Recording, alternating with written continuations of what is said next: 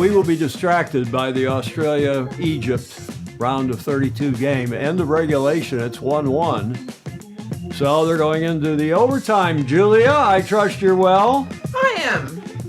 Any hot tips for the day before the 4th of July? I see you're all dressed and ready for the 4th of July. Yes. You gonna sleep in that tonight? Well, you never know. You never know. Julia Bacon, my co-host. We're live from Studio B as usual. We do have the game going on up here on the screen, and we'll keep you posted if you're interested in that. You're probably watching it yourselves. I'm your host, Tom Eamon, and we have a lot of people signing on already from around the world. And let's see who's there. There's Tracker. That's Ed Worley. Hi, everyone. Peter Taylor, greetings from New York City. Phil Yeomans saying good morning from down under. Chris Exley, hello, everyone. Facebook seems not to be. I hope it's working. I hope Facebook's working. Both should be working. And should be working on both mine and on Sailing Illustrated. I double-checked and tested.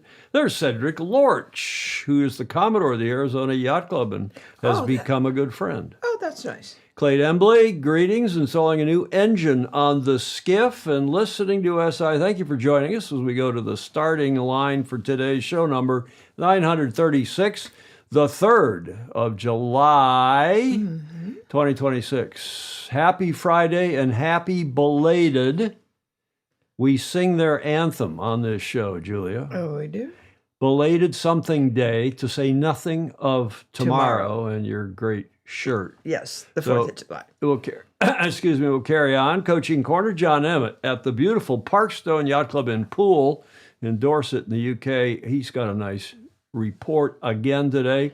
Our feature, of course, is the Wild and Woolly World Match Racing Tour, World Women's Match Racing Tour in Marstrand. But despite the wind, they got the semis completed today, Friday, and they will have their championship Saturday tomorrow. At least they have some wind. Well, they've got a lot of wind, and it looks like it's going to be a little less windy tomorrow, or so James Pleasance tells me, but they should have, as Andy Rose loves to say, champagne conditions tomorrow. Yeah. He called it something else, not glamour conditions, he called it, James Pleasance. Magnus the Magnificent has a glowing, and I mean glowing, report on Naples that we will excerpt from, talking about AC 38. And then the last leg, 2007.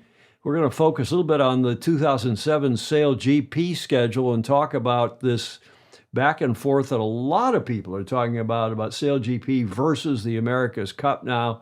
Which is more prestigious? Which sailors want to, sailors? Which event do the sailors want to participate in? 8 bells with sad news that the legendary yachtsman and a dear friend of mine, John Rippard from Malta, has passed away, age 96, and we'll do a tribute to him at the just before the D block, at the end of the C block.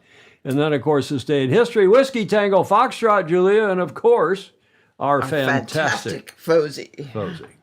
Alistair Murray checking in from Melbourne, watching the World Cup, as are we here. 1-1 into overtime now. Extra time, what do you call it in soccer? I can never remember. Sandy Purdon, who is the executive director of, I think they call it the Big Boom in San Diego. It's a fabulous fireworks show that Sandy's been head of organizing for decades now. Oh, really? And they have like 3 or 4 or 5. They got a lot of barges, so that they have this sorted out in the Central Bay, and then kind of off the city front, and then down south of the Coronado Bridge. Correct me if I'm wrong, Sandy, in the comments.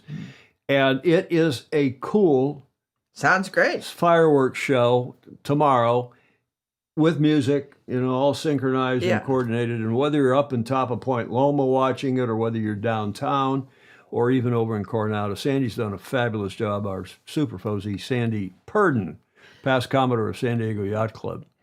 In Australia, it's already America 250 Day, Alistair.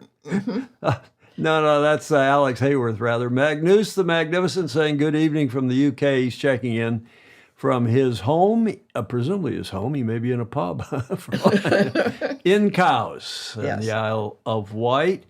This is our show number 936, as I said, and we appreciate all of you tuning in. As always, this is what we call Yacht Racing News, Views, and Notables. Julia, what are we... Oh, it went too fast. What are we belatedly celebrating today? I have no idea. It is, of course, Canada Day was on the 1st of July. Have a Canadian cookout, research the history of this wonderful country, or plan a trip to see firsthand what the vast and diverse place has to offer. We forget how big it is. It is a big... is it bigger in land mass than the U.S.? I think so. They just don't have any people, and all the people are along the border. Yeah. Pretty much. Yeah. But the other thing about I got a warm spot in my, or a soft spot, whatever you want to say, in my heart, because of course my late great wife was Canadian, was born in Montreal, and all of my friends who were hockey players and as kids, we used to go up to Canada and get our butts whipped by Canadian teams of the same age. Right. But it was good fun. I love Canada. Oh, and that's the anthem we sing. Oh, Canada, right? You sing that often enough. Oh, well, I know. It drives people nuts. Here is a funny video about the what the Americans see in Canada, and Julia, vice versa. Mm-hmm. Hey, neighbor. Oh, hi, America. What's with the decorations? It's Canada Day. We're having a little get-together. Canada Day? Yeah, kind of like July 4th for you guys. Yeah, but we do July 4th because we got lots of stuff to celebrate. We got Eagles and freedom and KFC. What do you have to celebrate? Did you just say, what do we have to celebrate? Yeah, universal health care. So if you break your leg, you can still afford a snack while you wait in the ER. The metric system. But to be fair, everybody else has that except you. Maternity leave, because we think if a woman carries around another human for 9 months, she might need some time off. Poutine. French fries, gravy, cheese curds. If angels owned food trucks, they'd make poutine. Bagged milk. It's more environmentally friendly, plus it feels like you're holding a cold, wet baby. And beer. Actual beer. Not yellow water, beer. And lots of it. Butter tarts. If you put sex and gold into a blender, you get a butter tart. Of course, hockey. We did it first, we still do it best. But American teams win the Stanley Cup. American teams, Canadian players. Oh, and to your KFC point, Colonel Sanders lived in Canada, so we made it even better by pronouncing it KFC. It's true. He lived in Canada from 1965 to 1980. Yeah, that is weird, but it's true. But you know what we don't have? What? Pennies, because they're stupid pocket weights. Y'all do have some stuff to celebrate, I guess. Yeah. Hey? Sorry. Hey? Hey? And I love their national anthem as well. Oh, Canada. And we don't have pennies anymore. I mean, we are still in circulation, but haven't the federal government stopped printing them or minting them, I guess is the correct word. Saving them for the content. So for tomorrow, what are we celebrating, Julia? Of course, you're already dressed to the nines. We're celebrating our 4th of July, our Independence Day. And there's some big action going on. Our 250th birthday. Well, yeah, it's our 250th, and there's an event in New York called Sail Forth, for the play on the words 4th of July, 250, 1776 to 2026. And New York City this weekend is hosting, in fact, it's already underway. Here's a live shot, in fact, from the East River. The boats today are going up the East River, and tomorrow they're going up the Hudson. But they've got a massive, that's live, undertaking there. It's said to be the largest international maritime gathering in U.S. history, if not in world history. I mean, there's some big events elsewhere, but it officially begins today. It began today at 1 p.m. Eastern, so that was 3.5 hours ago, when a parade of Class B tall ships from fleets around the world sailed down the East River from the Hellgate Bridge near Randall's Island and Astoria in Queens to the South Street Seaport. The ships will then anchor in Gravesend in Brooklyn. The larger vessels will sail in the main parade tomorrow, starting at 9:30 Eastern, which is 6:30 out here on the West Coast, after an international aerial review with U.S. and international aircraft flying in formations over the Hudson River. 40 tall ships, Wow. 30 U.S. Navy vessels, and more will sail from the Verrazano Narrows Bridge to the G-Dub, the George Washington Bridge, so they're going up the Hudson before heading back down the river. You're going to see 200 planes roar overhead and military flyovers over 30 U.S. and Allied Navy ships will anchor in a parade of 40 vessels from around the world. That all according to Governor Kathy Hochul, New York State Governor. So that's going to be a big deal tomorrow and today and tomorrow, in fact. New York City hosting the massive ship parade. And Julia, here's a bit of a video. Yeah, it's so gorgeous. Final preps are underway for events planned across the country that will bring millions out this weekend. An unforgettable sight is already forming on the East Coast, where dozens of ships representing 46 different nations are sailing into New York Harbor. Look at this. Tomorrow, they're going to take part in what's called the Sail Forth Tall Ship Parade. How do you navigate through that? I love that. It's incredible. And in the sky, of course, the Blue Angels are going to lead nearly 200 aircraft at a spectacular aerial display. Okay, just a shorty there. And as Clayt Embley is saying, my father took me to OpSail 1976, which was our sesquicentennial, 150th anniversary, as you will recall, Julia. And I decided what I wanted to do with my life. 50 years later, I think I made the right decision, inspired by OpSail. How's that? It's nice. That's pretty cool. In 250 years, Alex Hayworth says they'll be celebrating Taylor Kelsey Day.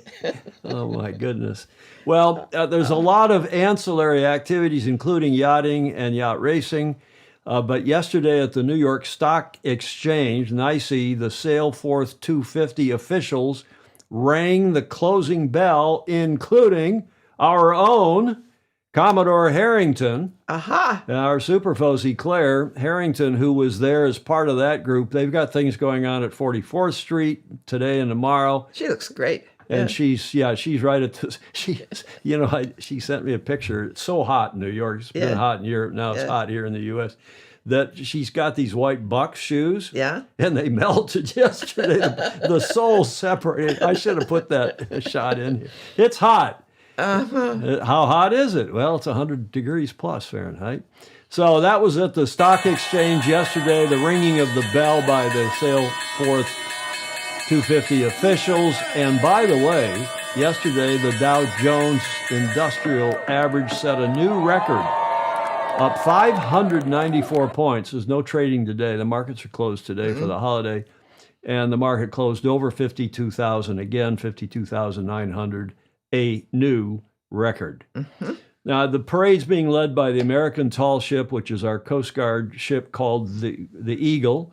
And one of the news stations got aboard and shot some pretty cool video. We represent America's maritime heritage and the Coast Guard to the public.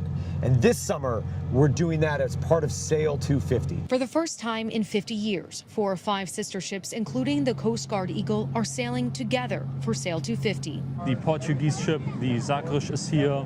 The Romanian ship, the Mircea, is here. The Coast Guard, the Eagle, is here. And these are our sister ships. And it's unbelievable to have all of these ships here together. Leaving Baltimore's Inner Harbor Sunday after welcoming thousands of guests on board, the tall ships are now on their way to New York Harbor. For us, it's a historic moment because we are celebrating the independence of the United States. It's an honor for the officers of these tall ships to sail together again as a way to mark a major milestone in the United States history. What does America 250 mean to you and Sail 250 mean to you? Right now, it means we need to sail into New York Harbor safely, which is where we got our head. We're getting ready to do that this week while you're here on board. For weeks, the Eagle crew and cadets have made port at several U.S. cities along the East Coast, all culminating to the largest maritime festival in our nation's history, a 4th of July parade. Captain Ensley says it's a celebration with some friendly competition. We're going to race. Between New York and Boston, we're lining up the ships, And believe me, we're bringing home the gold. Absolutely. The We're Eagles got excited. this. That trophy's coming home. On board the Eagle, I'm Lee Waldman. Yacht race, Julia. That plays right into our theme. Yacht Yes. racing, not just tall ships. Yes. And most of those ships are German ships. Well, a lot of them were built in Germany. You're absolutely right, because Yeah. your late great sea captain husband would know that. As And would you. he trained on one. The Eagle is very cool, Ed Worley says. He's Tracker 1265. Was lucky to take a tour of her many years ago. Yeah, I've been aboard any number of times. We, during op sale, whenever it wasn't 76, but it was, we had a big tall ship thing in Newport, Rhode Island. I don't know how many years after that. My wife was involved in hosting the Sagres, which is one of the South American ships. Very cool, these tall ships. The American Sail Training Association, and in the UK, they just call it the STA, the Sail Training Association. These ships are, well, they're sail training ships for Navy and other personnel, young people. It's fantastic what they do. Most of the money is raised privately, and it's a big deal. Sandy Purdon, Commodore Purdon back on, saying he actually has 4 barges this year for the San Diego fireworks. The Big Boom, including at Seaport Village, which is off downtown. It's to the kind of southwest of downtown, and that's, he notes, is where John Sangmeister's new Gladstones is about to open. And John and his family, and they've been working very hard. Not only will they have Gladstones in Long Beach, but now they will have Gladstones San Diego. The interior of it is just Those spectacular. pictures, he's done a nice job. Spectacular. I'm going to send him one of my half models, because it's not quite 44th Street in the model room, but he's gathered up a lot of cool models from various people. Yes. So that's all 4th of July, and Julia looks great. This is the only red, white, and blue shirt I have, which is a Stag Cruise shirt, but we'll carry on. Conrad, David James, who's been your lawyer and Conrad's lawyer over in Sausalito, St. Francis member, Royal Hong Kong member, says Conrad had some lovely stories from sailing on the training ships. Yes.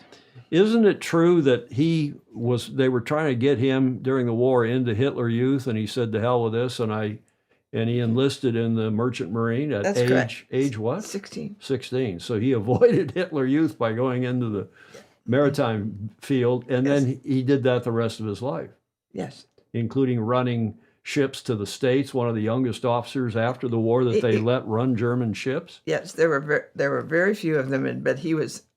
There were only 11 ships, I think, that were allowed to sail, and only one to the U.S. from Germany, and he was on that. And then later he was vice president of the whole Pacific region, but Hamburg. Headquartered here. And is it true you met him at the bar of the St. Francis Yacht Club? Absolutely. And you were married a long time, 30 years. 30 years. He would be 100, right? He just turned 100. So forgive us for going down a little bit of I have a great book. You should see it. memory here, but the sesquicentennial 50 years ago, Claire this morning texted me and she said, "We were just kids then." 50, I was 20, we were 22, you were whatever you were a little bit older 50. than that. 50 years ago, we were only 22, those of us that I were. was in 8th grade.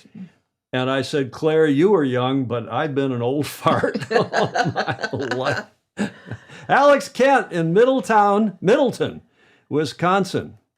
And great to see everyone on joining us. Just one more slide here. This is the map. This is the 2 parades. Today they're going down the East River, and then they'll moor apparently down here at South Street Seaport and so on, the southeast corner of Manhattan.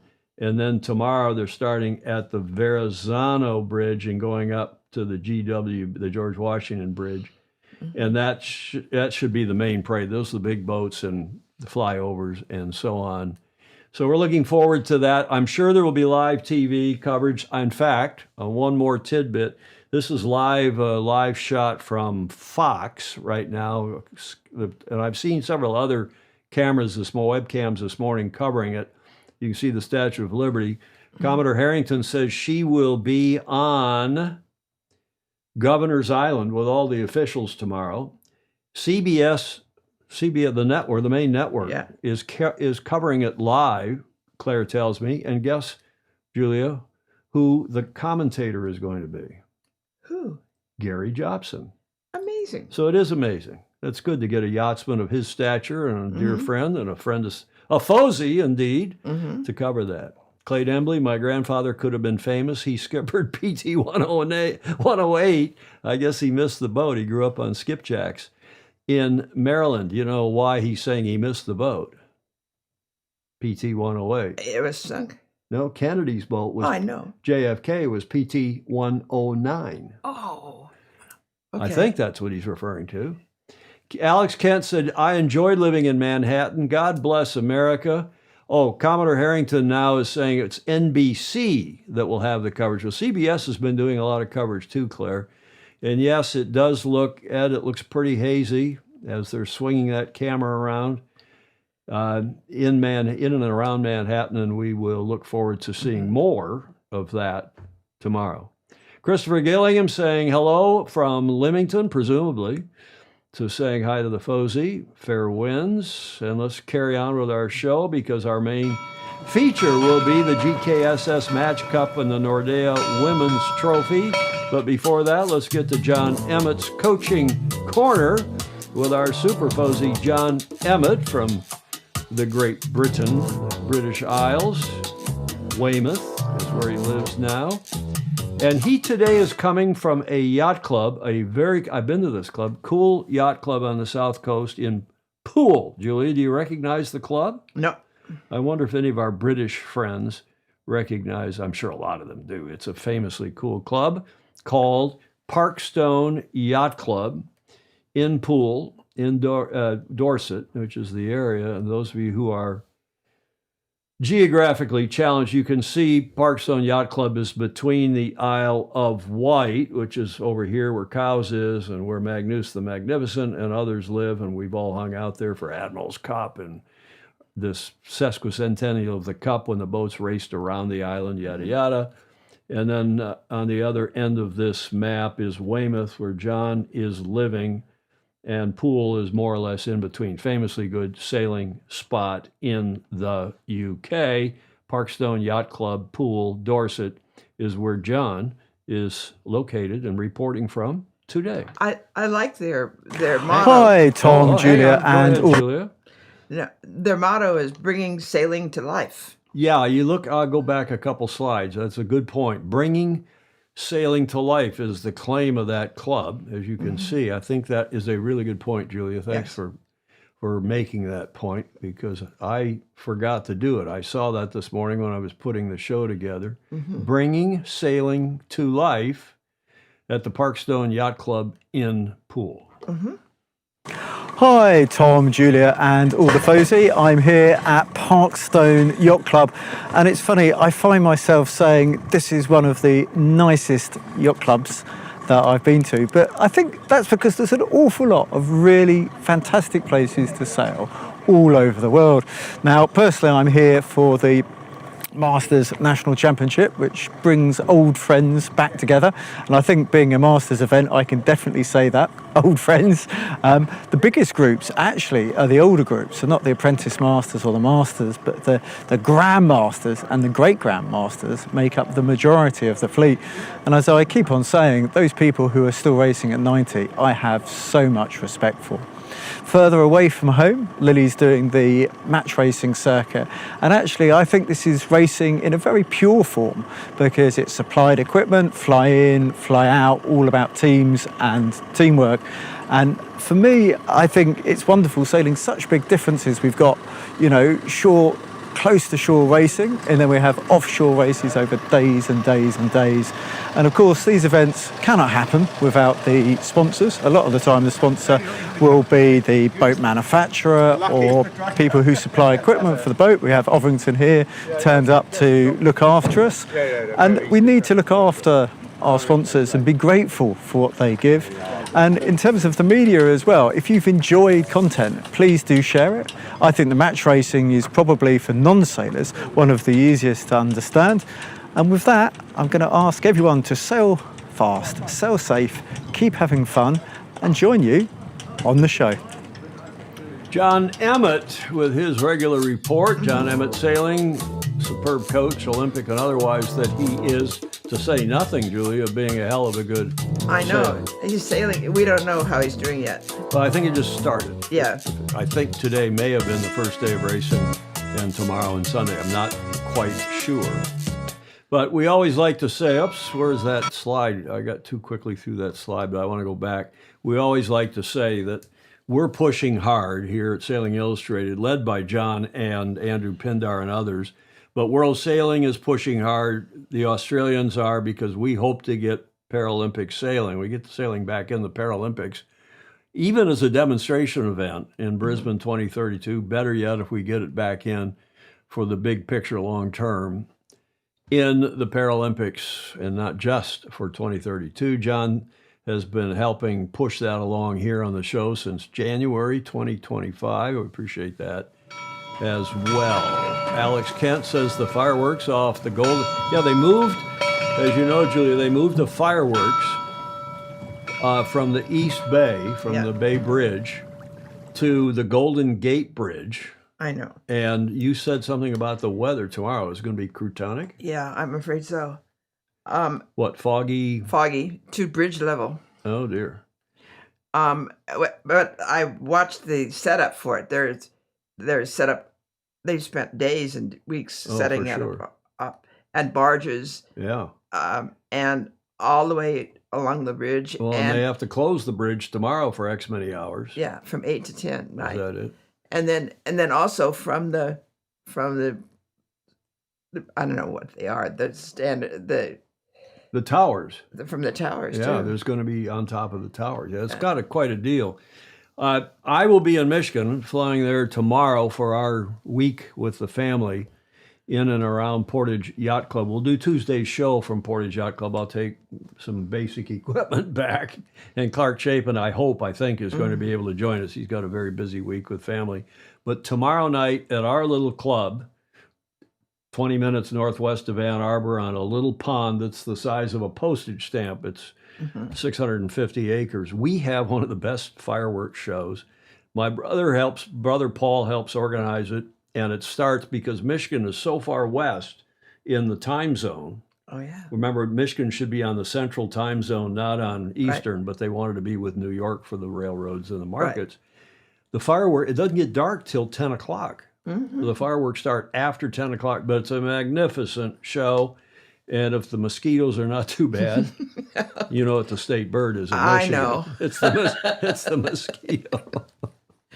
So that's where I'll be tomorrow.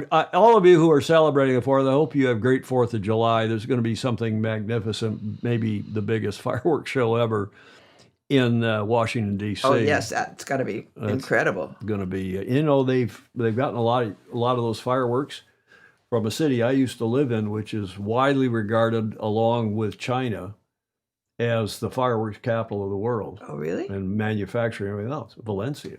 Oh, yeah. And they have that event in. Oh, that's right. You said that before. Oh, it's amazing what they do in manufacturing all those fireworks. David James, again, over in Sausalito, saying, we have fingers crossed as we will be watching the Golden Gate Bridge fireworks from St. Francis. And he's saying, he's agreeing with you, it looks like only a 30% chance of the weather being cooperative. Julie, it's still 1-1. They play what? With the extra time before they start, the most exciting thing when they start kicking penalty shots. PKs, penalty kicks. They're in 112 minutes in. Cool stuff. Okay, let's get to our featured story today, which is this championship going on over in Marstrand. Lovely, beautiful Marstrand, the island up north of Göteborg, Gothenburg in Sweden. And tomorrow will be Championship Saturday. This is the press release that our super Fozy, James Pleasant, sent, and he rushed it out to get it to me in time for air. Thanks, James. The island of Marstrand is set for a thrilling Championship Saturday. Sounds like Magnus wrote this. At the 2026 GKSS Match Cup Sweden, that's the men's or the open division, you technically speaking, and the Nordea Women's Trophy Final, that's the women's division, with hometown star Oscar Engstrom, his team Liros, and American match racing ace Chris Poole. Wow. Huh? Yeah. Chris Poole, they're in the finals tomorrow.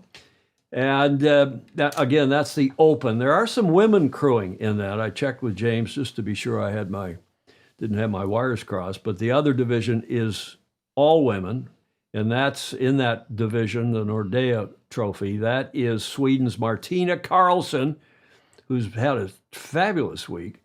Her Beyond Racing is also chasing her first Women's World Tour in the Nordea against defending champion. Remember her, Julia, yes. from when she was here for World Women's Match Racing at St. Francis, and she blew everybody. She keeps blowing everybody. Pauline Courtois, and the match in pink is the name of her team from Normandy in France.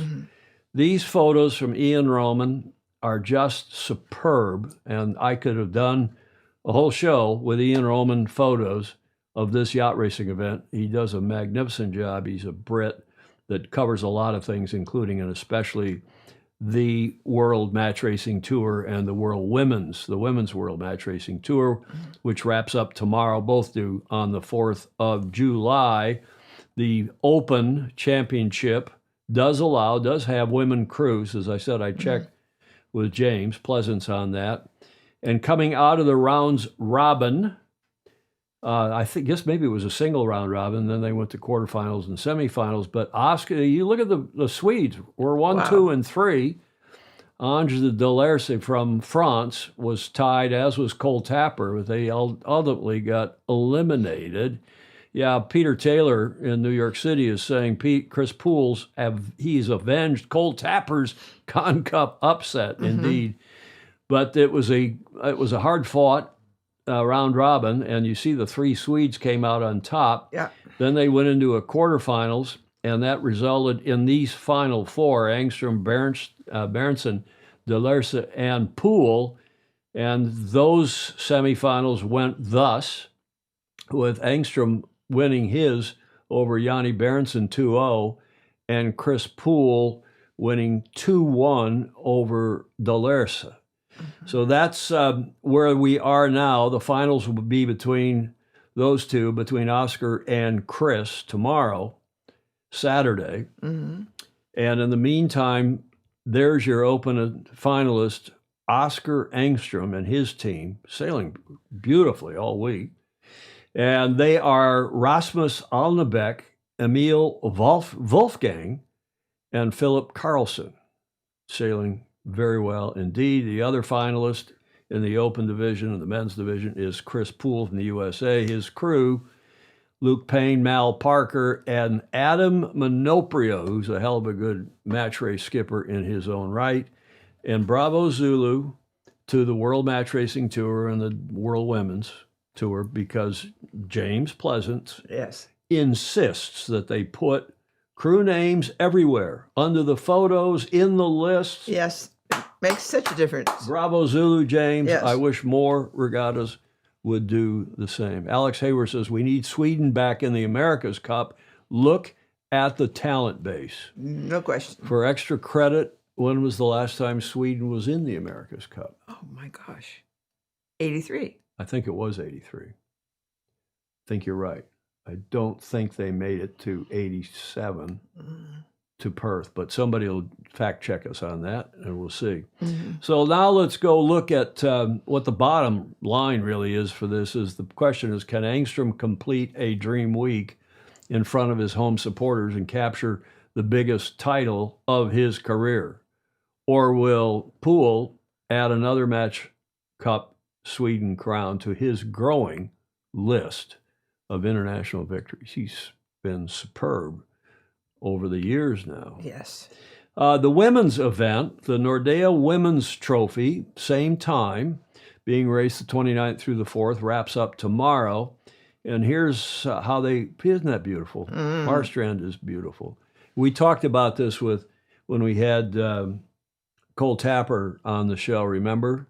And I said, have you been to Marstrand? And I think he had been to Marstrand, but I said, when you get there, You forgot the scenery. you forgot the scenery, because when it's warm and nice, as it often is this time of year, the longest days of the year, and the people hang out, including and especially the women. They're over there on the rocks, right on that point. And in Sweden, they hang out In the topless anyway. Yeah. Why not? Oh, I know. It's amazing. Americans are so hung up about nudity. I can't believe it. Coming out of the round robin, it's a single round robin. Martina, as we said, finished 7-0. She's sailing fantastic. Anna Usling, another perennial top finisher in the women's circuit, came out second on 6-1. And then the world champion repeatedly, I don't know how many times she's been world champion, Pauline Courtois, 4-3. And as were Julia and Leah, but Pauline won in the semifinals, beating Anna Usling 2-0, and Martina beat Leah Richter Vogelius 2-0 in the other semi, setting up this big final tomorrow. So Martina Carlson is a finalist against, well, let me tell you more about Martina. The Nordea Women's Trophy will also feature a tense final, as they expect the men's to be, with Sweden's Martina Carlson taking on defending champ and reigning women's match racing world champion, like 4 or 5 in a row, or 4 of the last 5, something like that, of France, with her match in pink team from Normandy. Carlson and her Beyond Racing crew have been the standout performers this week, extending their unbeaten record to 9 consecutive race wins, with a 2-0 semifinal victory over Denmark's Leah Richter Vogelius and her WOW Racing team. So that's one of the finalists for the women's. The other, of course, Martina Carlson. Or no, we're talking about Martina. Her crew, Clara Uderström, Amanda Lundgren, Hannah Gaskell-Brown, and Hedvig Hedström. So bravo. Well done on the them. names. Well, I actually didn't rehearse that, but hopefully. Living in Germany, living in Europe for 20 years, you start to get some minor ear, except you have to do the French, because I'm useless in French. I'm useless in most everything else, too. No. The other women's finalist we said was Pauline Courtois, who continued in her own impressive title defense by defeating former champion Anna Usling and her wings, sailing 2-0 in that semifinal, preventing an all-Swedish final, and keeping the French skipper firmly on course for back-to-back Nordea. She won last year, Nordea Women's Trophy victories. So her crew, Pauline's crew, with her match in pink team, Malin Lemaitre, how do you say it, French? Lemaitre. Louise Acker, Lorraine Metro, is that right? Sure. And then that looks like an Arabic name, Thea Caliph. Yeah. I think. I don't think that's French, but it doesn't matter. Hopefully we got those right, Julia. Yes, we're trying. At least we're trying. We're trying. I should set this up. You see that? That's the lovely Lily. Golden Lily, who gives us a report here from, and you heard John mention that she is there. Let's see what she has to say. So after 5 days of racing, we now have the finalists for you. In the women's fleet, it is Martina's Beyond Racing from Sweden and Pauline's Match by Pink from France. And in the Opens fleet, it is again the Swedes, Oscar's Team Lyrus and Chris's Repetite Racing, who will be crowned as the winner of the 2026 Match Cup Sweden and Nordea Women's Trophy. Let's find out tomorrow. She's getting better and better, and she's always been good. She is getting better and better. Now, Alistair Murray is saying there's a penalty shootout. Yes, I can see that on the tube. They're in commercial break now, getting ready for the PK. And this is, we had 2 of these the other day. Didn't I call you up and say, hey, Germany's in one of these? It's just fabulous. Yeah. I love this. Okay, so we'll keep an eye on that. If you're not watching it, you may want to turn it on. Don't turn us off, but like I do here in the studio, watch with one eye here, another eye up there, and my third eye, not my brown eye, but my third eye. I couldn't help myself. No. Ed Burley, what type of yachts are they using in the series? That's a good question. They are, I've forgotten the name. Somebody will remind us in the chat, no doubt. In the match racing. In Marstrand. Yeah. Okay, thank you, Lily, Golden Lily, Julesia, and James Pleasance, with whom I checked in this morning about, he's of course, not only a super Fozy, but the women's World Match Racing Tour and the men's tour, the Open Tour. He's the executive director of both, doing a superb job, Julia. Yes, and it continues to. And he says about tomorrow's weather, looking glamour. So he didn't call it champagne conditions. He said looking glamour with sun and a little lighter breeze. So hopefully it will be a little more raceable. Yeah. It's been tough the last couple of days. It's been not quite blowing dogs off chains, as the Australians would say, or oysters off rocks, as some people up in the Northeast say. That's a fun picture of James. He looks like he's like a schoolboy going, gotcha. He does indeed. Okay, Julia, that gets us to, as we watch this PK, they're getting ready to do it. They're in Dallas in that huge stadium down there. And we'll keep an eye on that. What happened on this day in history, Julia? In 3rd of July, of course, in 2007. You want a clue? Well, it was America's Cup Day. Well done, Julia. Very well done. It was an America's Cup win. By whom and where? 7. Do you want a clue? I have a 6-minute video as a clue. Oh, thank you. It was the closest race, the final race. It ended up being the final race. Oh, yes. That was won by only a second, and it was one of the most amazing America's Cup races ever. Hired and no. Have a look at this video. You ready? Yes. With your favorite commentator. commentator. Can you believe it? Talk about high drama. Before Team New Zealand cross the finish line, they must complete a 360-degree turn, or really attack a 270-degree turn. Now, they have one of two options. If they think they've got enough lead, they'll go through and do it just on the finish line. If they think they don't, they'll go down and try and set up an attacking position. For July, give it to Team New Zealand. That means the lead has changed 5 times in this incredible race 7. How many races of the century can we have in this regatta? Right, coming down to the line, and Team New Zealand have got it, as they've got the breeze, that is. They've got to undertake the penalty, just over 140 metres to go. If Team New Zealand did not have the penalty, they would win it. All down to completing the penalty, PJ. We can see Team New Zealand's got much better here. They're doing 2-1 over Alingi. From where we are on North Star, Alingi is out, well, that shop is out to the left. Here goes Team New Zealand. They're going through the penalty now. They're going through their penalty. What a way to finish. Race number 7. Team New Zealand are going for it. Can they get their bow down? Can they undertake the penalty? Here goes Team New Zealand. They're coming down. Alingi out to the left. Team New Zealand, can they accelerate? Yes! Yes, can they do it?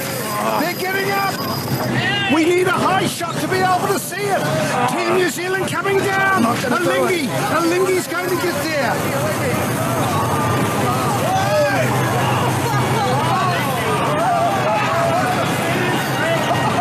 Alingi have done it. Alingi have won by 2. The 3rd of July 2007, and the America's Cup stays in Europe.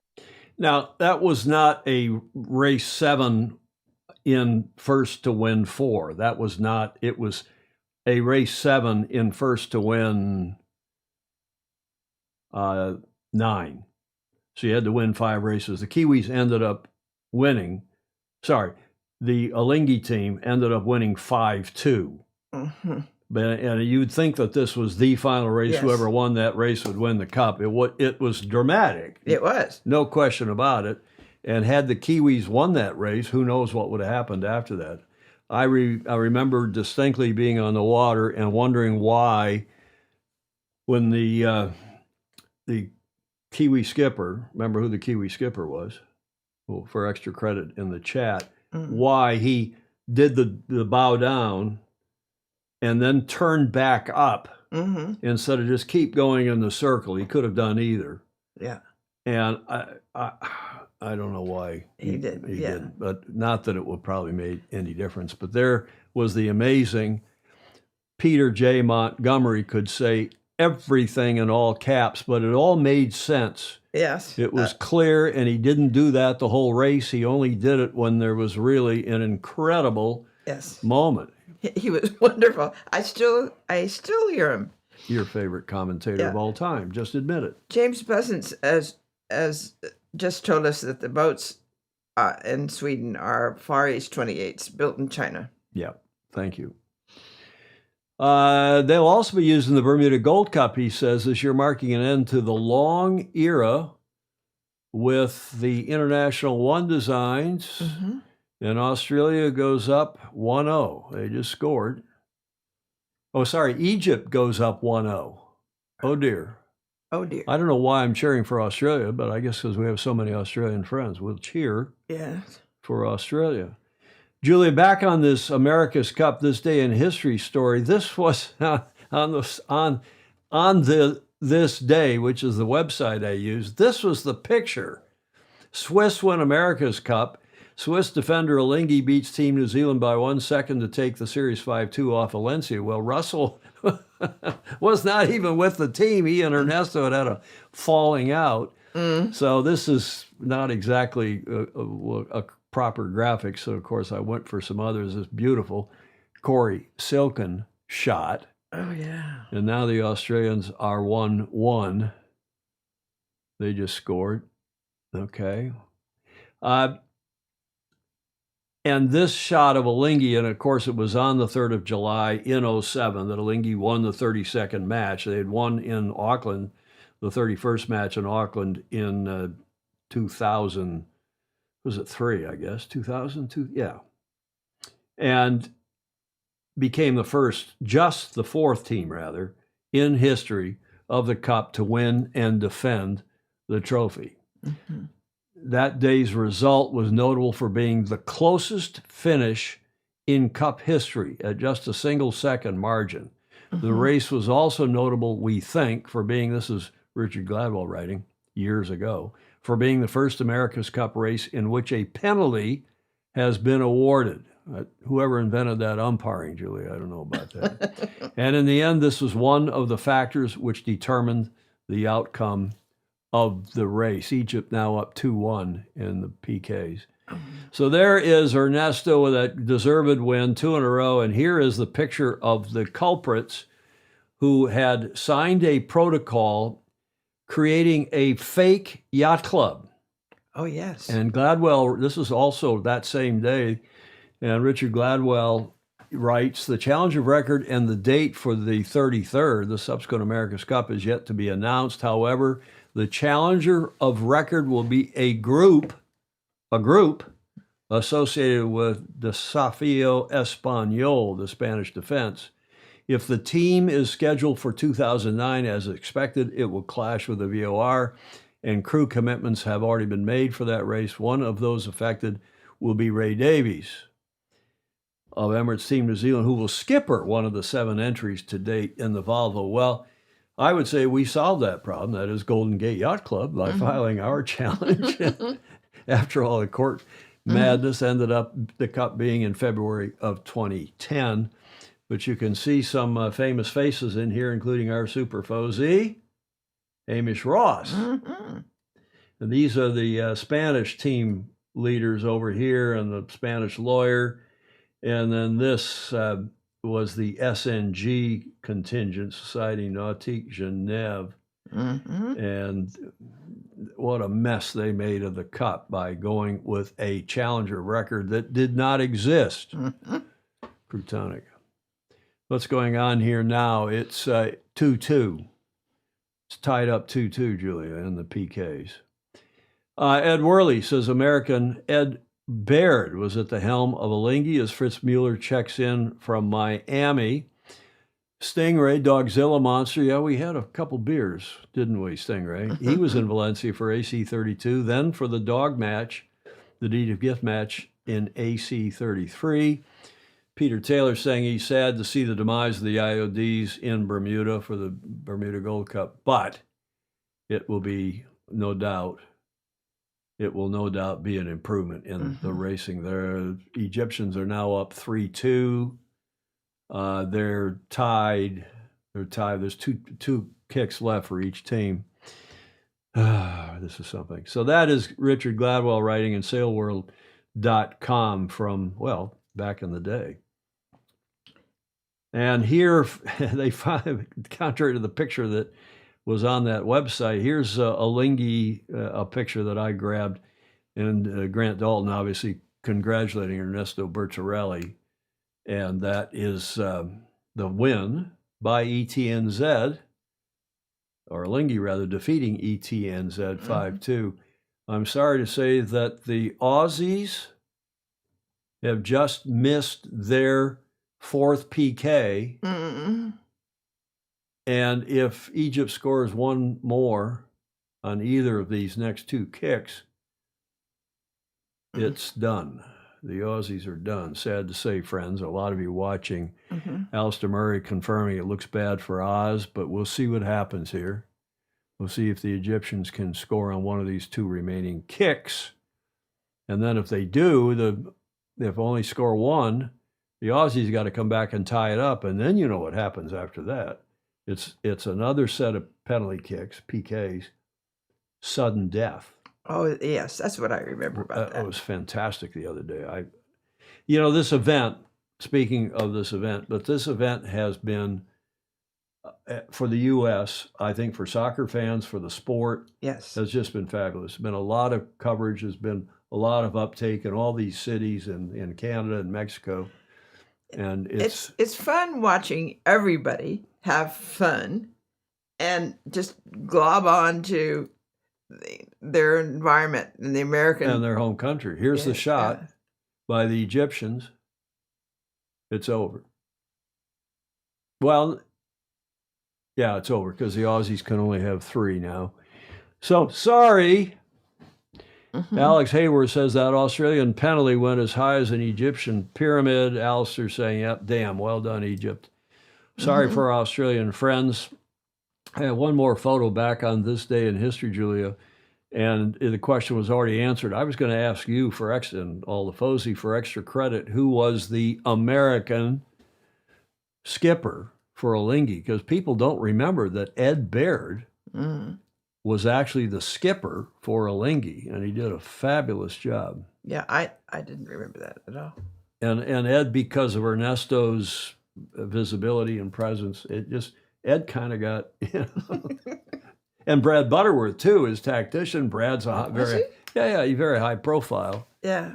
So and then of course you saw not only the Ernesto and Brad, but then you see Russell still getting credit erroneously on the website. Oh well. Oh dear. Okay, Dogzilla Monster, who's up in Seattle, says Seattle is absolutely lit up for this match Monday night between the USA and Belgium. And I'm sure that is the case as we press on here. And we'll do a bit of an America's Cup report now. This courtesy of Magnus the Magnificent, the AC38 Cup date. And he wrote beautifully. As always. But he wrote, Magnus, I love you, and I like it. I like a lot of your stuff. I love a lot of your stuff. Everybody knows he works for Mr. Dalton, so we kind of laugh about it when he comes out with one of these pieces that is so over the top. And he says in this post today, stunning backdrop. Naples shines as Luna Rossa hits the America's Cup water. Well, they hit it with their 40-footers, with the AC-40s, and sailed around. So it's not even the real America's Cup boats. They continue to train in Cagliari, and they're 75. Magnus writes, busy days in the America's Cup, particularly for the Italians as they continue the workup of their AC-75 in Cagliari, down in Sardinia, and have just doubled the load, which is true, with the first sale of the team's 2 AC-40s in Naples. Luna Rossa are in top gear right now. I'm not just talking about the clothing, which is top gear, and are just desperate to perform in front of their home fans in their own backyard. In essence, they are playing catch-up on one front whilst trying to keep ahead on the other. I think they're in for a hell of a battle, as the Pistols said in Barcelona, to keep their AC-40 momentum into the prelim regatta whilst with their AC-75. That's a good long sentence, Magnus. It's full on to close the gap to the Kiwis, who look ominously good, as we've been saying on this show for months. Ominously good, the Kiwis do, and are a few months away from revealing the first batch of upgrades on Te Horo. And of course, that will be the second batch of upgrades, because they've already sailed, and then the boat went back into the shed, and they're a generation ahead of all the other teams. Here's an interesting picture, because Magnus doesn't mention until the very end of the article Tommy Slingsby there on the right, who's the ostensible skipper of the Australian team, but on the left is Kenny Reed, whom Magnus calls King Kenny. Oh, and don't forget, over in Pensacola, meaning in Florida, there's a storm brewing in the form of the American Challenge under the guidance of King Kenny and Giles Scott, the Brit who is the head of the sailing program. Having 2 turnkey boats and a wealth of talent to choose from that all have relevant recent America's Cup experience and came very close in the Youth America's Cup, big deal. They are going to surprise for sure, Magnus asserts. Carl Komaric doesn't do losing in sailing. Neither does Ken Reed. Yes, they're both great sailors and have had great success. Neither does Giles. Fair enough. I think there's a compelling argument to be made here for the race wins and a challenge for the top slots. One thing you can 100% guarantee, you will be able to eat your dinner off the American AC-40. Carl, Mr. Komaric, will demand that at the very least. We used to say that about the garage floor of the McLaren garage at Formula One. It was just, it was like no garage. It was like a surgery. Yeah, amazing. Surgical theater. It was unbelievable how clean and pristine McLaren. And actually the other teams as well, but particularly McLaren. So Magnus continues on here to talk now a little bit about the Kiwis and the French, with the Kiwis expected to start their summer training in Naples next week. I did not know that. The French at full tilt are at full tilt in Lorient on their stunning, people like the livery, I do too. Their stunning rehabbed AC-75. And the Swiss, Magnus says, are about to arrive in double quick time. It's all happening, Julia. It's all happening in Italy. There couldn't be any place better for Italy to win. Magnus the Magnificent. Then how about the Brits? Well, GB1 are into a solid training block in Cagliari, and over the pond, the talent hunt continues. Over the pond. America, Australia, New Zealand. When you know the names that are being recruited by GB1, Sir Ben's team, you'll be delighted. Team Australia are the outliers at the moment, but that will come together quickly, and it looks like they have an option on an AC-40 to be on the start line in Naples. Good, hopefully. If that happens, it'll be a massive regatta. We'll see. On the comments, who are the American crew members? I don't know, Alex. They've not been announced, although there's some who we suspect from the last team will be re-upped. I wonder whether Magnus is at all embarrassed when he reads his copy, David James says. Of course not. No, he writes it sincerely, and, he's paid to write. So he's got to write the party line to a degree. Commodore Harrington says there is no floating space cleaner than the engine room aboard Podium, Roger Penske's yacht. That is true as well. Roger Penske, who was a supporter of American Magic 2 cups ago. What is GB1 doing while in court with Ineos? Cedric Lorch asks. Well, I didn't call Cedric up and ask, that's a natural segue into this next video, and I didn't ask him to set it up. But here is a video that says GB1 is in a siege mentality. 4 minutes, 5-minute video. Have a look. This is just about the idea stuff. Those Savannah Ainsley's crew. British boat, full control mode in the race. GP1 is really the culmination of 3 previous America's Cup campaigns. We started in 2017. Completely new organisation. Britain hadn't competed in the Cup for a number of years. Anyone involved with these teams know just how tough that is to put together a team from scratch. They've thrown heart and soul into the Okay, guys, good effort. That was the best we sailed today by a long way. Got to the semi-finals, we lost to the Kiwis, who obviously were the eventual winners. So I guess no shame in that, but we would have liked to have got further. Kia ora and welcome to Tamaki Makaurau, Aotearoa, New Zealand. Next Cup, this new era of the Cup in terms of the AC75. 30 to boundary here. Got out to New Zealand and got ourselves into the Challengers final. Pre-Christmas, they were nowhere. Post-Christmas, they were everywhere. They were suddenly the favourites. We lost to Luna Rossa. They did a great job there and went into the Cup against the Kiwis. Welcome to Barcelona, Spain, where the race for the Louis Vuitton 37th America's Cup is about to get underway. Barcelona was a really big deal for our team. It was a really impressive America's Cup. I think the standard of competition was really high. At the time of racing in Barcelona, the team was purely focused on winning. Every day you go out there, 2 races, and you're trying to get 2-0 on the board. And a lot of people dismissed us earlier on in the preliminary rounds and who was going to challenge the Kiwis. And I think we never stopped working. Seeing Ben at his best, that ruthless mindset taught me a lot. Is this today that Britannia creates history? Again, met Luna Rossa in the finals of the Challenger Series. Britannia are on course to make the match. But this time we managed to beat them. Come on, boys. Yes, lads, we're going to the Cup. First time in 60-odd years to get the British team into the final.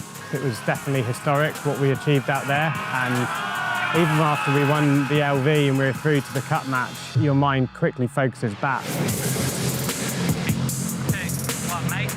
When it comes to the match and facing the defender, you know the scales are heavily tipped in their favour, and the Kiwis are famous for doing a very good job of tipping the scales their way.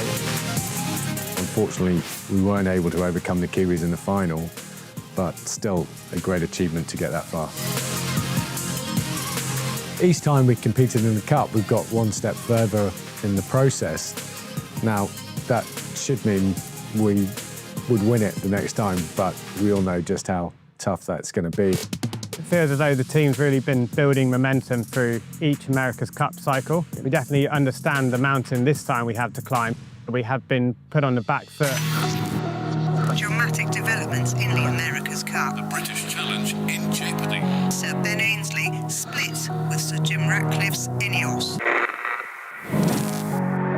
We've had a massive shift in the change of the team in terms of the sponsorship that we've got behind the team, a fundamental shift in our structure. The senior leadership of the team has changed significantly with Ian Walker coming in as our CEO. In an ideal world, you would maintain your commercial sponsors and you would just roll from one cup to the next. But obviously, that wasn't what happened this time around. And, Ben has done a fantastic job of keeping this team together. And in many ways, this team has sort of been reinvented, but trying to draw on as much continuity as we can.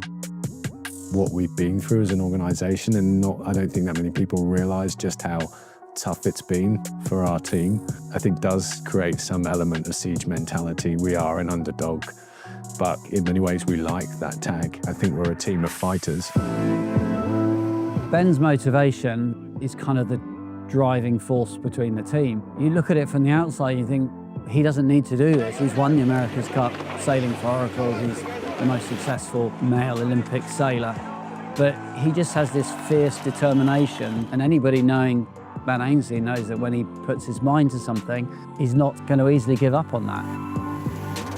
America's Cup is really the ultimate challenge in sport in my book, because if you have a defender, as we have had in Team New Zealand now for 3 cycles, that really has their wits about them, is well managed, great technical team, great sailing team, it is almost impossible to beat them. We've had some big changes to the team for this cycle, but I'm excited about that, and ultimately I think it's in the best interest of the Cup that the Kiwis are beaten.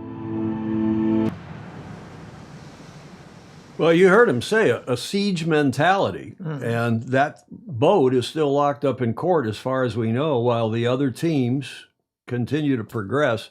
It's got to be black screen. We don't need that, do we? It's got to be very, very difficult for Sir Ben and his guys. So what's going to happen, your guess, Julia, is as good as mine.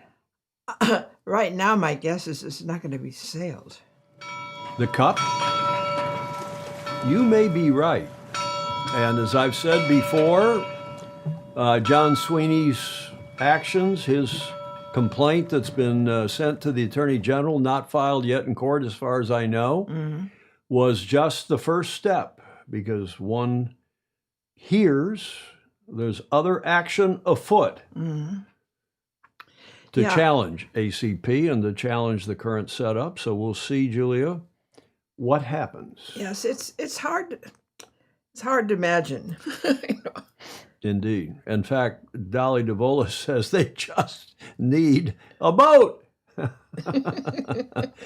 You wouldn't wish it on anybody. Somebody else said, Dogzilla Monster says up there above, what does Ainsley get paid to do nowadays? PR. The poor guy. I don't know. His wife doesn't seem to be involved in the PR this time around. Clayton Embley says, who cares? I have about as much interest in the AC as I do badminton. The Brits, yeah, well, the Brits as Challenger of Record and the Kiwis have ruined it. So ACP won't be having a 250th anniversary. Alex Hayward says, yeah, I suspect you are right. And they won't even be having a 150th anniversary, which is what the Cup celebrated not too long ago. Julie, that gets us to the last leg. We're only an hour and 7 minutes in. Wow. But I've got a good last leg here. And of course, thanks to Scott Joplin and Commodore Harrington, we have music, a theme music. And this is we've talked about the America's Cup and the competition between the America's Cup and Sail GP for eyeballs. Magnus has written about it, and others. But here is a Canadian Broadcasting Corp video after Halifax that I think is a bit eye-opening and helps us look forward to next year's venues. Have a watch. Sail GP is the equivalent of the F1 racing. This is a major global event. Not only are there going to be people watching from around Canada to watch Team Canada racing, but from around the world, this is a premium event that will have viewership across the world. We're really privileged to be in the circuit that we're in right now. Oh, he strode it like he stole it. Contant de la Pierre, have a look at it. The last time, I think it caught a lot of people off guard just how big and special this was going to be to the city, the province, and the country. And I think a lot of people don't want to miss it this year. So we've seen an increase in the excitement level. We've also seen an increase in the people who are sticking around Halifax to make sure that they're here that weekend. Down here on the Halifax waterfront and Dartmouth waterfront, we're expecting over 50,000 spectators. 5,000 will be ticketed. We're also expecting a number of organizations, businesses to host viewing parties from their decks, which is wonderful. Across the waterfront, there'll be different areas for ticketed spaces, and there'll also be different areas where the public can come and watch. So we're standing here just in front of the Kennard building, which is one of the spots that the public will be able to come and watch for free to be able to see the event. Further down on the waterfront, you'll see some of the grandstands, which are new this year, that are going to provide an additional 5,000 seats for the event as it comes. And then we move further along the waterfront where there's some smaller activations. And then finally, Sail GP is working with Parks Canada to activate George's Island. We come from a long history here in Nova Scotia of sailing and boating, and having this on like a global scale, taking a look and really seeing where sailing can go in the future, I think is very inspiring and is a great way to remind people about our beautiful coastline and that everyone should get out on the water. So Spain decides to squeeze it, push it on. So in 2024, we had over 5.4 million watching it live, whether it be on the broadcast around the world or on YouTube. And we're expecting that to increase. There were over 19 million total viewership across a whole number of platforms. So for the city and for the province to get that kind of exposure was just fantastic. And for the sport of sailing also to get that exposure. When you look at the different cities that SailGP goes to, they're in Sydney, Australia, they're in New York, they're in other major cities in California. This is showing that Halifax is able to hold a world-class event, and it's demonstrating that we can hold bigger and bigger events. The grandstands is a great example of this as we start to grow. So we're going to do an economic impact assessment afterwards, but our preliminary estimates would say that this is definitely the category of over 15 million, and some of these events can get upwards even into 20, 30 million. So we'll have a full assessment done afterwards, but we're really confident this is going to be in the multi-millions, more than 15 million. So SailGP loves Halifax. It's a windy city. Sailing, you need wind, as they ask for it. And we're looking at the ability that they're going to come back when they have all of the cities around the world as different options that would have water next to it. It is a huge benefit and a plus for Halifax and the province of Nova Scotia to have it come back. To set the time for the 4 o'clock start time, we've looked at a number of data along with SailGP and determined that 4 p.m. to 5:30 is the best racing window based on historical records for Halifax Harbour. So this will lift. We're early in the morning now. We're confident there won't be fog. We're hopeful there won't be fog that day. Interesting perspective. Yes. And the fact that the CBC ran such a long report, I thought, plus the local officials and they're not jumping up and down with joy, but they're Canadian. They're much more reserved and said it's very sensible and yes. very positive. Nova Scotia is a really nice place anyway. It is indeed. Canada's nice. Oh, Canada. I know. SailGP left 7 weeks open in their schedule next year for the AC to use, which they did. Ed Worley, SailGP has eclipsed the current AC management scheme. SailGP will only continue to go and create a new and unique sports product, which is an expression that Ed Worley does not like. Yes. But Ted Ryman agrees that's a nice video. The Canadians are very cool. And Stingray also said that, a.k.a. Dogzilla Monsters, SailGP is where all the action is for now. The action is at for now. Okay, now you will think again that I had a segue planned with Dogzilla Monster. I did not, but here is the 2027 calendar. They're going to Hong Kong for the first time. Back to Perth, which was by all accounts a huge success. And then, Julia, you'll be pleased to see that they're coming to back to San Francisco, Julia. Yay. Huh? Yay. You like that? Yes. Good, so do I.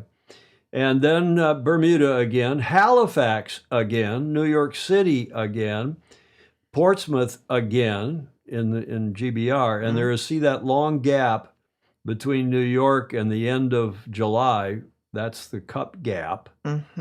And then Satsnitz, which last year was a huge success. Yes, I was surprised at that, and it was. It was good sailing, too. It was indeed. And then Valencia, where they will be this year, I think for the first time, isn't it? First time in Valencia. And then Italy, TBC, means Rome. They have since announced, I believe, with 100% assuredness, that they will be in Rome next year. And then Rio, they're going to go from Europe back to Rio, then back up to the Middle East for the Dubai. Emirates is the sponsor, and they'll be in Dubai. Yeah. And then the grand finale, I don't know if that's going to be in Abu Dhabi, but I suspect it'll be somewhere also in the Middle East. We shall see. Depending on the... Well, they got events there this year. depending upon what's going on. And James Pleasance has got his big finals also there in the Middle East. So we'll see what happens. It's a lovely facility, and I guess they have enough wind. They do have a bit of wind. I mean, I've raced there. I've judged events there, and at least in Dubai, at the Dubai International Marine Club, I think it's called. And we had good breed. We had the something Worlds there, Hobie Worlds, that I chaired the jury. I can't remember. Yeah, I'm too old, Julia. I can't remember. I've never been to Dubai. I've had clients from Dubai. Wonderful. Well, I thought we'd just play this short Sail GP video about the athletes' reaction to next year's calendar. Okay. Now we're talking. Looks epic. Such a good sailing venue. Going back to San Francisco, how good? I think that's going to be the highlight, hands down. Obviously, Valencia, Spain. Wow, and Perth and San Fran. Yeah, best wind conditions, obviously. Geneva. Geneva has to come back. Rome. Now we're talking. I'm happy to come back to Perth. It's been just amazing, and like Sassnitz, it's a good memory for the French team. Going to Rome, that's cool. San Fran. San Fran? Yeah, full scent mode. The German event for sure. Home people, home crowd. It's always a special moment. Second, I think Bermuda again. It looks epic. I love also Perth. Yeah, because it's been the best event so far on the calendar, and I'm sure it'll remain that way. It's such a good sailing venue. You don't think Nathan is, because he's Australian, that he's biased at all? Oh, no. Perth. But Perth was a great venue. Yes, it was. And it's a great place to sail. It's a fabulous city. I mean, the time any of us that were there for the 85, 6, 7 Cup, it was one of the great experiences. And arguably the best America's Cup ever. Yes. I think the late great Bob Fisher always asserted that. I think Richard Gladwell would tell you. I mean, the events in Auckland were great. The events in San Diego were great. The 07 event in Valencia. Yes. If you're Castilian. So we'll see. But it looks like Sail GP is going from strength to strength, Ed Worley, if you'll forgive me, with their sports product. But let's face it, that's what it is. They're being honest about it, and that's okay. What are they going to do with the boats? I have no idea. I hope they don't turbo them. I hope they don't put a propeller on them. The reaction to that has been so negative. Oh, if it's light and you displace, fine. If you have to postpone, postpone. Julia, some sad news here. A dear friend and a great legendary yachtsman and leader in our sport, John Rippard Sr., has passed away a few days ago. He was an Olympian. He was co-founder of the Rolex Middle Sea Race, which, of course, we celebrate every year here on this show. He has died aged 96. John was one of Malta's most prominent figures in sailing and in yachting. This is a nice article by the Times of Malta. The Royal Malta Yacht Club said it was, quote, forever grateful for Rippard Sr.'s, because John Jr. is also very prominent, for Rippard Sr.'s decades of contribution to the club and to sailing in Malta. Quote, his legacy will continue to guide us, the club said, adding that funeral arrangements would be announced in due course. But beyond his achievements on the water, Rippard served the sport internationally as a sailing official and judge, including at America's Cup events and Olympic sailing competitions. That's where you met him, I guess. I think we met at IYRU, at an IYRU meeting probably back in the day. But then, yes, he and I were on 2 Olympic juries together, and I recruited him into the America's Cup when I was running the Cup in San Diego. Yeah. And he was on the jury, I believe, in 92, and I think for several Cups after that. Wow, Nice. He was a gentleman, and you know what? He was a gentleman, and he could look at you and very politely disagree vehemently. Yes. And you didn't feel, Yeah. like he'd stabbed you in the back or the heart. He just said, no, here's my view. Here's why. And he wasn't afraid to take, as the late great Harry Anderson would have said, he was not afraid to be contrary-minded. Yes. I love that phrase. To speak up and say, here's the deal. In fact, this next photo I dug up today, you can see America's Cup 95. So he was on that jury both for the Louis Vuitton Cup, which is the Challenger Selection Series, and the Citizen Cup. He was an umpire and a judge. We did Sardinia Cups together as well as the Olympics. A hell of a gentleman, superb guy. John Rippard Sr. has passed away age 96, 1930 to 2026. May he rest in peace.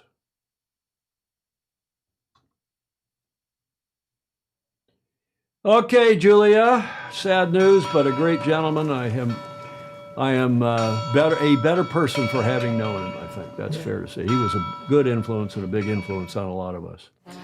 Whiskey Tango Foxtrot, talking about an influence, probably negative on all of us. Here in the D block, Julia, it's been hot in Europe. It's been hot here in the States. Could be hot for a couple, 3 more days. I hope when I get to Michigan, it cools down. Because it's, what is it here? 65 degrees? 60? Yeah. I mean, across the way, it's 80s. Well, you get inland or up in wine country, but right here in the Marina District, it's 63, a high of 63 I don't here. know if people can see. You got a blanket on your lap there because she came in here. The problem is her apartment upstairs is about 80 degrees. She's 72. No, it's not. You got the sun load on, and if it drops below 75, her heat comes on. It is hot up there. And down here we keep it cool because once we get into Studio B and close the door and all these monitors and displays are on, it gets bloody hot. But the inventor of the heat index has died. He was 88, but felt like 107. 88's a nice year. And said Lord Cedric is saying, come to Phoenix in July. It was 110 on Monday. Well, it's always hot in the summertime in July. And, frankly, I don't have a lot of patience or a lot. We lived in Valencia in a house that had no aircon because, you're outdoors, indoors, outdoors, and you don't need to. And plus, it's expensive. And our house had a big swimming pool, and you'd get up in the morning. It was a little hot and humid in the morning. And then the sea breeze would start to come in from the Mediterranean. Hopefully, it did. We could see the Med, but we weren't on it by any means. But the sea breeze came up the hill, and it was nice. Things would cool off in the afternoon. Hop in the pool, get back, go to the office, go to the den, and work. Hop in the pool again. Sure. And then the sun goes down and it starts to warm up, not because the temperature goes up, but the relative humidity starts to go up. And there's no mystery why the Spanish and a lot of the other have late dinners. Mediterranean nations, Greece, Italy, don't eat until 10, 11, or sometimes later. Yes. That's quite good as far as I'm concerned. Bill Haynes, William D. Haynes, some F1 news, there will be a Lego car used for the driver's parade at Silverstone. That's cool. Okay, so much for the inventor of the heat index. That was sent in by Ed Worley. He's got a lot of good stuff. He does. He's a clever guy, too. Major contributor to the show. Julia? Absolutely. As you drink your coffee, what do you see here in this picture? I saw the sea, but I didn't. Speaking of the sea, look at these ships going down the East River in New York. Beautiful. And they're going to go up the Hudson tomorrow. Lots of cool action going on in New York City live. Dogzilla says the first time I called him was one evening from his pool in Valencia. Well, we spent a lot of time in that pool. Meg and her friends, and a lot of houses out where we lived had pools, and it was good. Julia, the drinking show with a sailing habit. I looks like a beer to me. Well, I know, but I didn't see that at first. And I, of course, drink fake beer these days. I haven't had any beer in a long time, but even the fake beers for the NA, the non-alcoholic drinks. Yeah. The wine, I think, is terrible. Yeah. The booze, I think, I have a bottle of gin out here and try it. Oh, it's awful. I'd rather drink water or cranberry soda or a fake beer. The fake beers are pretty good. Another related slide, that was anonymously submitted, by the way. Marines and sailors, drinkers with a sailing problem. They've copied our theme here, Julia. They did. Drinkers with a sailing problem since 1775. I thought that appropriate to our 250th anniversary in Congress, July 4th. Yes. 1776. Now, Julia, you might get your finger ready for this one. Okay. Now, that came, I don't know, that's on a website called Navy Cruise, so I grabbed that somewhere sometime. I bet it's, speaking of things to drink, I bet it's called almond milk because nobody can say nut juice with a straight face. Enough. God. I had to put that in. That was fairly clean from Ted Ryman. It was. Cleaner than most of the other things he has omitted. And then back to some sailing here, Julia. The wife and I are going to quit our jobs and sail until we run out of money. I estimate we'll be back around 9 p.m., 2100 tonight. That from Greg Phillips down in Australia. And then speaking of sailing and how romantic it is, I leaned in close and whispered in her ear those 3 little words every woman wants to hear. Let's go sailing.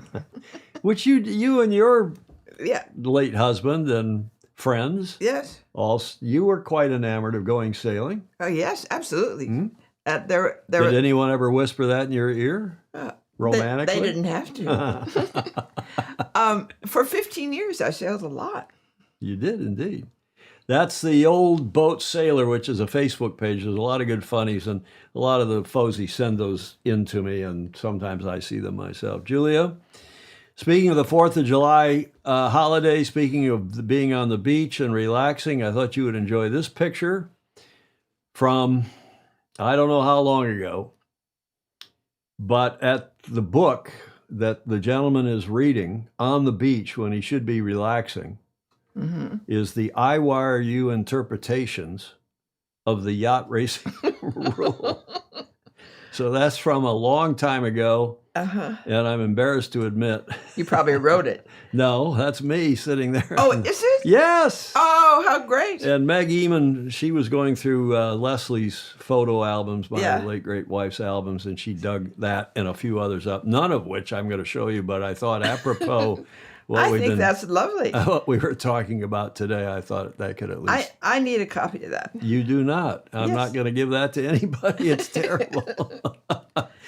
And Blake Middleton, we always play his slide last. All the smartest people sail, which is what this show is about. Cool people, smart people, news, views, and notables.